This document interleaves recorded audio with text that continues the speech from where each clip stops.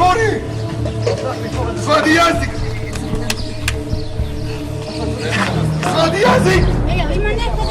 Svadi jezik! As this man lies on the ground, a Kosovo Serb, powerless and defeated, I am reminded of the state in which all Serbs living in Kosovo are today.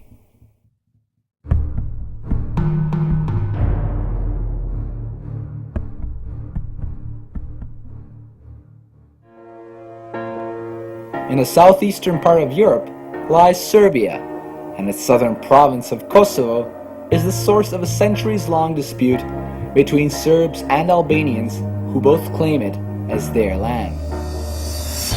Kosovo is deeply embedded in the Serbian tradition, religion, and national identity. The many Christian Orthodox monasteries in Kosovo are a legacy of the golden times of the Serbian state. With the fall of Serbia under Ottoman rule, the ethnic balance shifted in favor of Albanians. The 20th century in Kosovo was marked by conflicts between Serbs and Albanians. In 1999, NATO bombed Serbia to halt a crackdown on ethnic Albanian separatism. After NATO took control of Kosovo, thousands of Serbs fled the province due to retaliation attacks from Albanian extremists. Could you please summarize and explain this delicate situation in Kosovo to somebody just an average person who might have not even ever heard of Kosovo? In a nutshell, for a Canadian sort of analogy, you have a province that has been on life support for decades, receiving what we would call equalization payments from the center to keep its head above water, with a large majority population of Kosovar, Albanian Muslims, and a relatively small population of Serbs.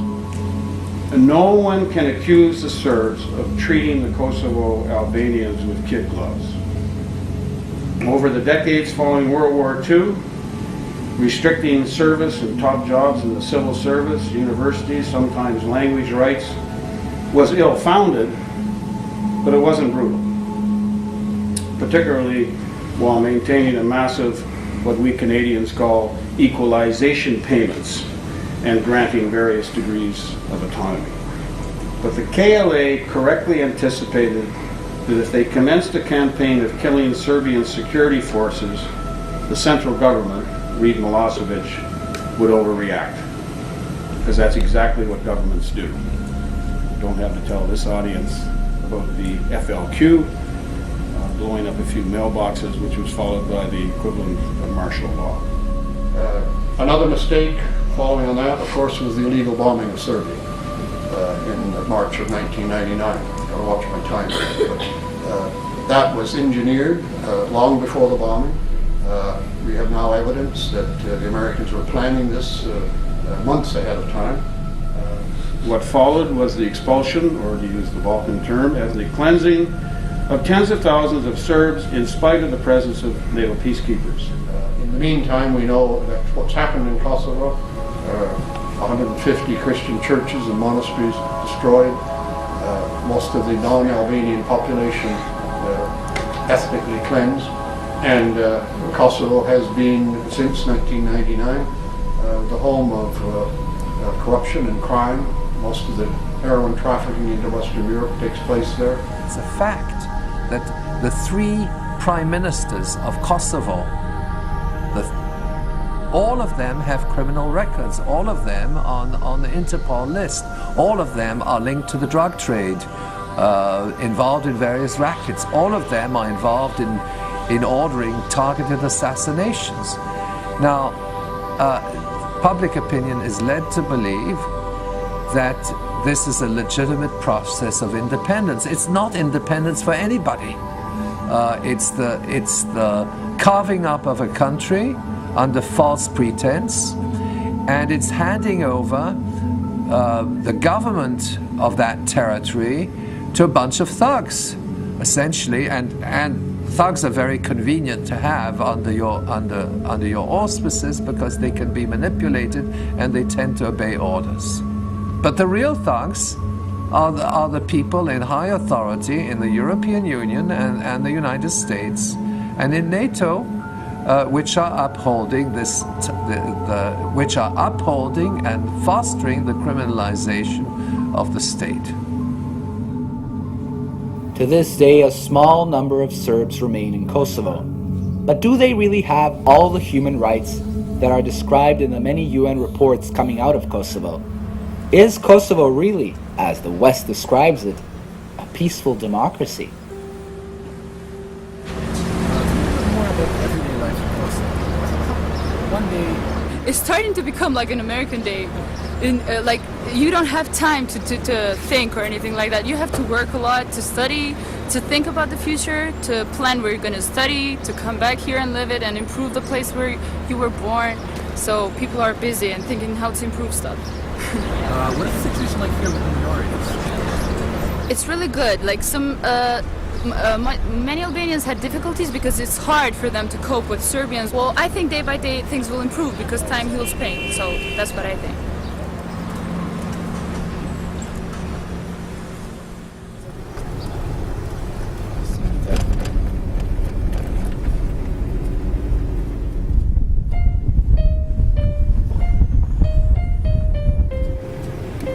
One of the container cities. We call them container villages. I call them container cities.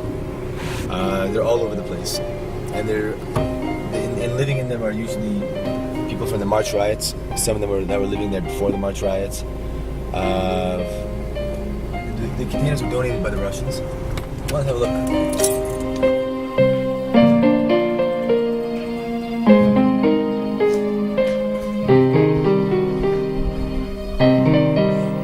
Sam iz Obilića, gdje sam rođen u Obiliću, živeo u svojoj porodičnoj kući do 18. marta 2004. godine kada su nas Albanci, to jest albanske iredenta isterale iz svojih kuća, popalile svoje kuće. Došli smo ovdje, pre nego što smo došli ovdje u Gračanici, bili smo u kampu NATO snaga gdje smo bili 6 noći. Tih 6 noći su najgore noći koje sam doživio i proživio u svom životu. Maltretirani od strane engleskih vojnika, proganjani. Ja imam običaj da kažem da imamo mi ona prava koje su 99. godine imali Albanci, svega 50%. Ne znam da bi bilo sretnijeg nekog na svetu od srpskog naroda. Albanci su imali svo pravo. Imali su svoje škole, imali su svoje institucije, fakultete, jezik, sve. Dok danas, 2008. godini, Srbi nemaju pravo na crkvu, nemaju pravo na svoj jezik, nemaju pravo na svoje škole, to jest jednom rečju nemaju pravo na život. Dakle, Albanci su na Kosovu i Metohiji pre 1999. godine imali daleko veća prava u ime jedne ideologije koja je živjela, bratstvo, jedinstvo. Ovde peru posuđe, tu se kupamo, tu i vese i sve. Preko zime dešava se po 48 sati da nema struje.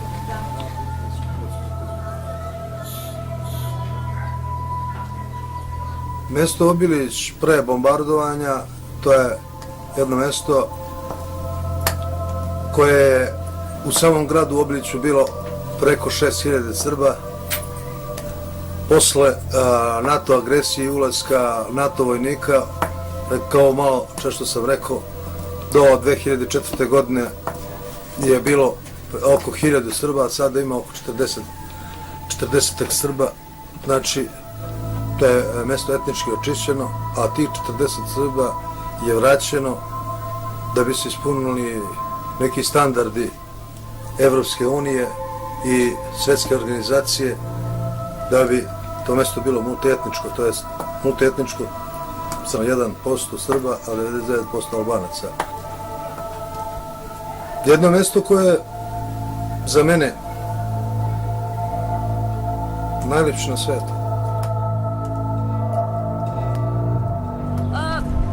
In my opinion, it's getting better. We we are no more thinking of what happened in the past. We are focused more on developing our country.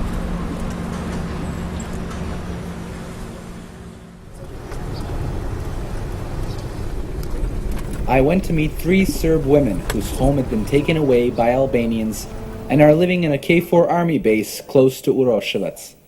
American soldiers evacuated them from their ancestral home to save them from Albanian rioters who then destroyed the house. Their great-grandfather built their hometown of Uroševac, and they don't plan to leave until they regain their home. This is the Nikolic family. Mother Daniela, who is blind, Lily, who is paralyzed, and Sunny, the very image of mildness and physical slightness. Bez razlike na posljedice odlučile smo da ostanemo u kući. Kada su nas iz Umnika pozvali telefonom i rekli da ne smemo da izađemo čak ni u dvorište jer bacaju molotovljeve koktele, gađaju kamenjem, rekli su da će doći Amerikanci da nas zaštite. Međutim, Amerikanci nisu htjeli da čuju da pozovu svoju komandu i na brutalni način su nas praktično izbacili iz kuće. Municipality of Uroševac is one of the best cleansed municipalities in Kosovo. During the bombing, it was a pretty quiet area. After the war, American KFOR took over, and then the real hell started. Complete Serb, Roma, and Croat population was forced out from the town and from the neighboring villages. All Serbian houses, literally 99%, were burned down. Over 3,000 Serb houses in the municipality were burned down. Hameri su se parkirali američki vojnici pod ratnom spremom su pokušali da nas ubace u svoje hamere. Onda je iz mase jedan mladić u crnom odeven, a to se zna da je uniforma UČK, dao znak rukom da sada mogu da počne paljba na nas i onda su počeli da nas gađaju kamenjem, čime su stigli. Jedan kamen je priletao meni na nogu, a ja sam paralizovana dugo godina i to je za mene bilo pogibeljno. Ubacili su nas u svoje hamere, doveli u grčki KFOR. Ja sam onda dobila veliki otok. Nisu htjeli u bolnom stilu u američkoj bazi da snimaju moju nogu, niti da pogledaju lekare, jer ja sam Srpkinja. Da sam bila Albanka, oni bi to uradili. Posle negde 5 ili 6 dana, preko nekih velikih veza, grčki lekar je uspio da izdejstvuje, da me odvedu u bon stil, da naprave snimke. I u 11 noću odveli su me 2 kilometra u bon stil, noću da ne vidi niko od Albanaca i da jednoj Srpkinji pokušavaju da snime nogu. Međutim, nisam imala sreće, moje koleno je već bilo u raspadu, noga takođe, i posle 33 dana ležanja ovde prebacili su me u Solun, gde su me operisali, nažalost neuspešno, moje su noge kraće 15 cm. To vam je priča, oni koji su hteli da ostanu i da poginu u svojoj kući. Mi smo stvarno bile spremne na to. Over here, this used to be the basketball court where Serb kids used to play basketball and football. What is it now? It's a place where Albanians play football. You see, Albanians used to come over here, and they would drive by and they would shoot them. Shoot at them or shoot them. The Norwegians built a big wall here and stopped them from shooting them and stuff. So they stopped playing basketball, stopped playing soccer. And all this here, all of this, everything, every single house you see here, every single thing used to be a Serbian house like just a few years ago. Some of them still are. Some of them still are, and they haven't moved back. You see, they're empty. They're completely empty. There's nobody living in them still anymore. They can't go back. They can't. They've been terrorized. There's a psychological thing, you know. After you're shot at, or after your house is burned, or after you're abused for so long, you can't expect the person to say, all right, well, now everything's okay, I'm going to move back. It's not going to happen that quickly. No way. Oh, this wasn't here before. The building over there used to be all Serbian, now it's all Albanian. There's a church somewhere here. Nobody visits anymore. Nobody even touches it anymore. Why burn it down when you can just let it fall apart, eh? Nobody had a building permit for any of this stuff. Nothing. There's not one building permit. Why? Because in 2000, there was a building inspector, an Albanian guy that was a building inspector, that would be responsible for inspecting buildings that were built illegally. He was assassinated, 2 shots. He was killed in front of his own house. And as a result, after he was shot, nobody wanted the job. Church of Veliko Hoća village. In the old days, they used to run in the house when I used to drive by here. Next to the destroyed church were monuments to Albanian guerrilla fighters, including one that showed a map of the idea they were fighting for. It's a map of Greater Albania. You see at the bottom there is Albania connected to Kosovo with the outlines of repression of rallies in Serbia proper, Tetovo goes to which is in Macedonia, a northern tip of Greece, and 3 municipalities in Montenegro. But it seems that there is no place for Serbs in this Greater Albania. In Plešina village, one Serbian woman stands defiant in the face of the expanding Albanian giant. She is surrounded by Albanians, but is resolved to stay in her home. Look, she has these boots on because they tried. She was attacked 2 years ago and heavily beaten up, and they stole 2,000 euros. Her sister sent her. She was very hardly beaten up. But it's a miracle that she's still alive. Because all other Serbs in our municipality who dare to stay are or kidnapped and missing or dead, or guarded by K for 24 hours. This is a miracle. Kad sam došla vamo dole, do ovih kuća, kad sam vidjela da su porušene, odmah sam znala, rekao, svi su otišli. Rekao, kud idem jadna ja, kud idem? Da se vratim, kako da se vratim? Mogla sam da se vratim, ali će me deca ubiti sa kamenjima. I produžim ti ja u grad, siđem ti ja dole u grad i tako, kad gledam dole gore, ma nema žive duše srpske, nigde nikoga. Kuću sad jedna mi majka. Nisu me rekordirali, a mislili su da sam neka cigančure. Ja inako sam bolesna bila, pa se savila do zemlje da me niko ne pozna. I zamotala krp ovako. Nisu prepoznali da ste Srpkinja? Nisu prepoznali, da su me prepoznali, smatili bi me. I tako ti ja nadođem ovamo, kad sam došla tu, kažem sama sebi šta da radim, a ova deca mi kažu nema nikoga, kaže žive duše srpske, kaže evo na Kosovu. Pa mislim se, a jednom je da se mre, pa neka budne šta budne. I tako ti to, moj brate, dosta teško je to ti. Suddenly, our interview was interrupted by 2 Albanian men who had entered the house uninvited. I felt that the old lady was practically under house arrest. Basically, because of some reason, unlike the rule, they decided not to kill her. Why? Who? Maybe there are some good souls in her neighborhood among the Albanians. Maybe. Basically, this lady is not killed, and that's completely unusual and complete miracle. But on the other way, she is under the siege. She is their prisoner on a way. She was very afraid when they entered. She stopped talking and she started to talk quiet because they're here to monitor what is she saying. I went out just to make them confused, to say that we are just organization. They were very interested who we are, why we are coming to visit Smilka, what is she telling to us. But I think that we treated them very well. They didn't get it. It wasn't only the elderly Serbs who were standing their ground. One family in South Kosovo also refused to be expelled from their house. Father Radovan, Mother Ljiljana, and children Anica, Zorica, Jovica, Nenad, Andrej, Andrijana, Natalia, Darko, and Jug Bogdan. This is the Stanojković family. Mi smo 11 člana porodica, živimo u 2 sobe od 30 kvadrata. Slobodu nemamo, mirane, težak je za život gore na Kosovo kod nas. Albanci ih provociraju, sad su se vratili oni svi kad su izbjegli kad je bio rat, svi su se vratili, a Srbi nema nigdje da se vraćaju. Tako da je težak život za nas. Struje nema, plašimo se mraka, djeca naročito se plašaju. Od 99. težak je život gore da se živi. Posao nemamo, suprug mi ne radi, ja ne radim. Živimo od socijalne pomoći. Ne prevodimo slobodno vreme i mislim za srpski narod i dalje tamo nemamo slobodno. Mi ne smijemo, mislim, dalje da idemo od svoje kuće.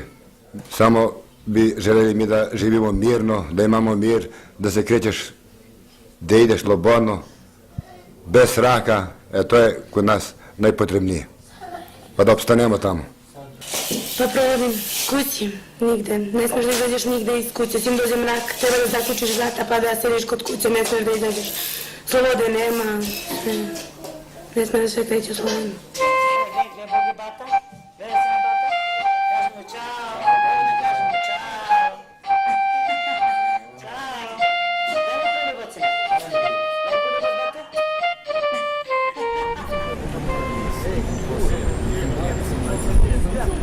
Yeah, they sure have, and their rights will go furthermore as the country is improving.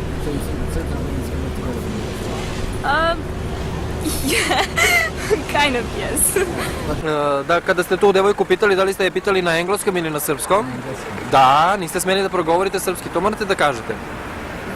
Da ste progovorili na srpskom, onda biste na svojoj koži osjetili kako žive manjine na Kosovu i Metohiji. To je vrlo jednostavno.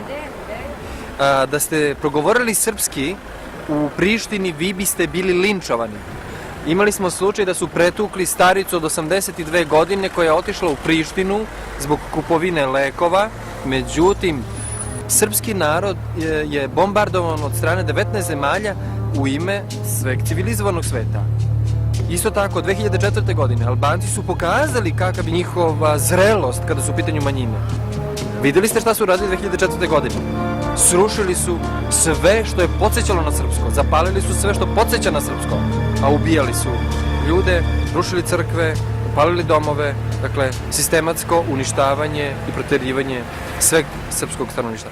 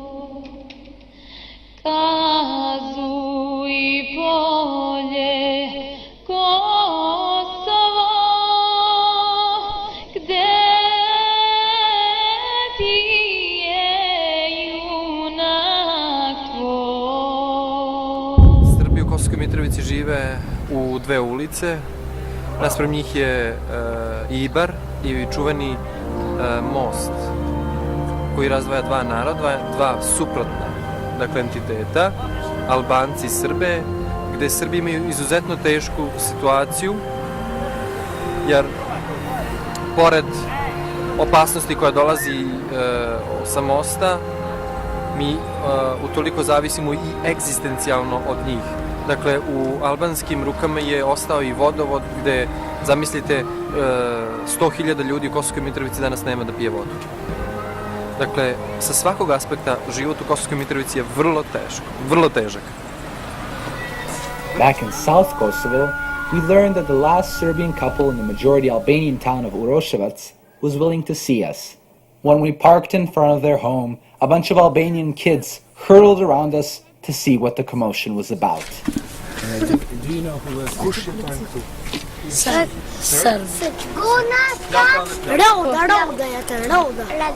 Deca od 7-8 godina do 16-17 godina po ceo dan lupaju loptom uz vrata, u zidove, viču, urliču, psuju. UNHCR mi je postavljao to što vidite, stavili su ove metalne rešetke da nam neko ne ubaci bombu, valjda šta li. Ceo dan se tu vrtimo u dvorištu i ja nekad izađem, ali ženi kažem ako ne dođem znaj da sam likvidiran. Nema Srba, u Uroševcu ima samo 5 Srba.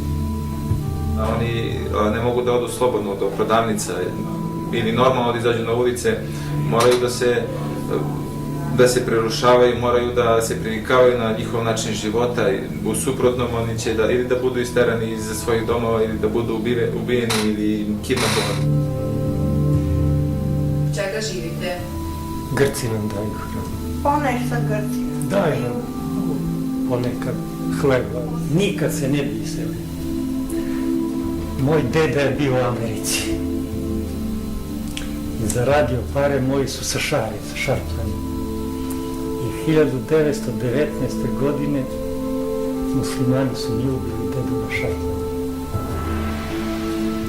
Njen otac je umre u Čikagu u Americi. I nije hteo da dođe ovde zbog Tita, zbog komunizma. Kao ratnog vojnog veterana sahranila ga vojska američka. Sa parama koje im je otac slao i oni su napravili ovde kuće. Mi smo, otac moj pokojni, od dedinih para. I sad mi je sve to porušeno. Otac nam je dao, ostavio amanet prije smrti da Kosovo ne napušta.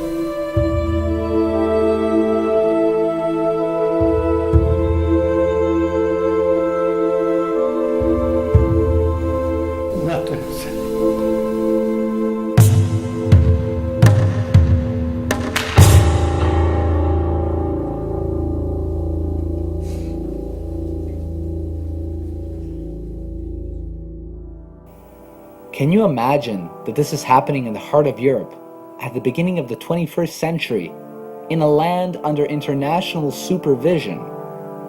The world accused the Serbs of being the sole perpetrators of crimes in the Yugoslav wars of the 1990s, even though all sides were committing crimes. This should not give a free hand to those who seek to eliminate the Serbian presence in Kosovo. Can you imagine someone taking your land and claiming it's not yours anymore? What human rights would you have? Can you imagine someone telling you that you have to leave your ancestral home? What freedoms would you have? Can you imagine not having a voice, not being able to do anything about it, being completely powerless and defeated, while those who have wronged you being rewarded by the self-proclaimed leaders of the free world? Can you imagine? Ovo rešavaju sve velike sile. Amerika podržava Albance, nas kovojavi Rusiji, Kinezi, evo sad i Indija, malo se udružuju, ali ja jedino očekujem da pravda pobedi.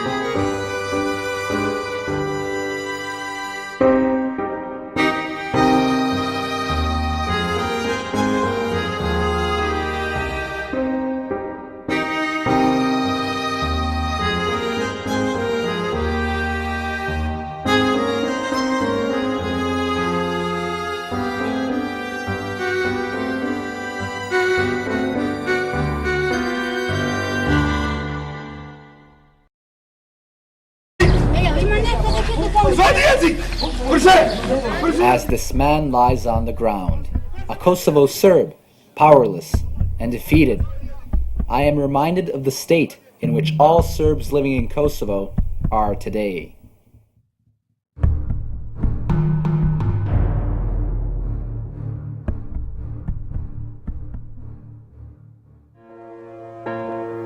In the southeastern part of Europe lies Serbia, and its southern province of Kosovo is the source of a centuries-long dispute between Serbs and Albanians who both claim it as their land.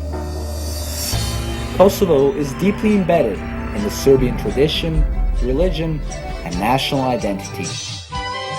the many Christian Orthodox monasteries in Kosovo are a legacy of the golden times of the Serbian state.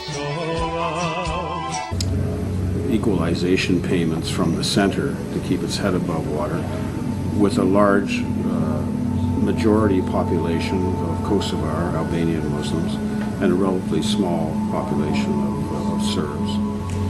And no one can accuse the Serbs of treating the Kosovo Albanians with kid gloves. Over the decades following World War II, restricting service and top jobs in the civil service, universities, sometimes language rights, was ill-founded, but it wasn't brutal. Particularly while maintaining a massive, what we Canadians call equalization payments and granting various degrees of autonomy. But the KLA correctly anticipated that if they commenced a campaign of killing Serbian security forces, the central government, read Milosevic,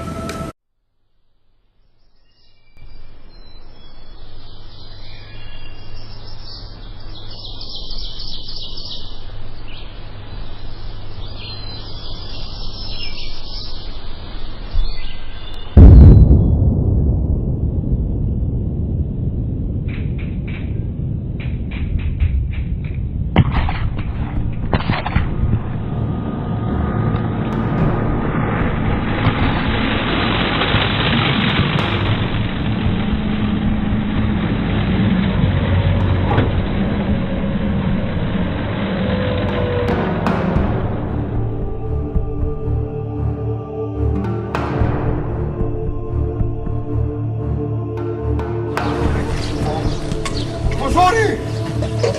Свади язик! Свади язик! With the fall of Serbia under Ottoman rule, the ethnic balance shifted in favor of Albanians. The 20th century in Kosovo was marked by conflicts between Serbs and Albanians. In 1999, NATO bombed Serbia to halt a crackdown on ethnic Albanian separatism. After NATO took control of Kosovo, thousands of Serbs fled the province due to retaliation attacks from Albanian extremists. Could you please summarize and explain this delicate situation in Kosovo to somebody who, just an average person who might have not even ever heard of Kosovo? in a nutshell, for a Canadian sort of analogy, you have a province that has been on life support for decades, receiving what we would call would overreact, because that's exactly what governments do. Don't have to tell this audience about the FLQ blowing up a few mailboxes, which was followed by the equivalent of martial law. Another mistake following on that, of course, was the illegal bombing of Serbia in March of 1999. I've got to watch my time here, but that was engineered long before the bombing. We have now evidence that the Americans were planning this months ahead of time. What followed was the expulsion, or to use the Balkan term, as the cleansing of tens of thousands of Serbs in spite of the presence of NATO peacekeepers. In the meantime, we know that what's happened in Kosovo, 150 Christian churches and monasteries destroyed, most of the non-Albanian population ethnically cleansed, and Kosovo